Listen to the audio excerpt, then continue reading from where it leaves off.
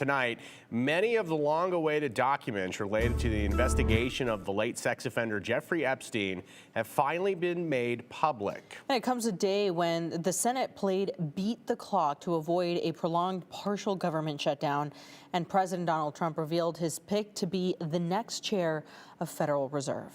NBC's Monica Alba has the latest details from the White House.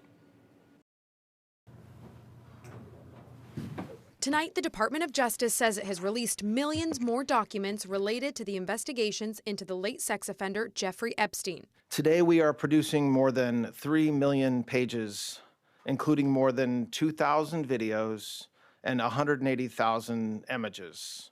Many of the files have been redacted. Deputy Attorney General Todd Blanche says that is to protect potential victims and to prevent the release of private personal information. The document dump comes more than 40 days past a deadline set by federal law.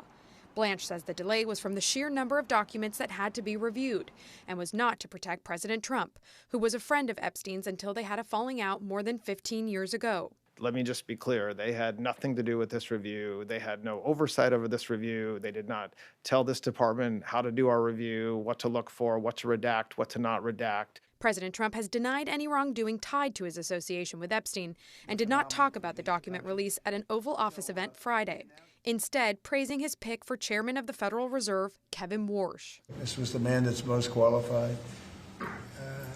Top student, best schools, everything was like perfect.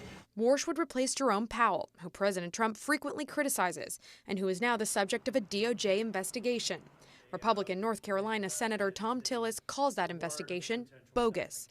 And while he says Warsh is qualified, Tillis insists he will oppose the confirmation of any Fed nominee until the DOJ investigation into Powell is over. This all happening as the Senate raced to beat a midnight deadline to avoid a partial government shutdown.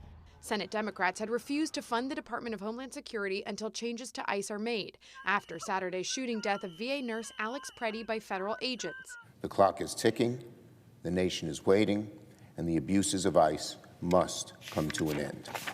Today, the Justice Department confirmed it is conducting a civil rights investigation into Preddy's death. But the Deputy Attorney General said the shooting death of Renee Good by an ICE agent earlier this month is not being conducted as a civil rights investigation. The DOJ did not explain why. Monica Alba, NBC News, Washington.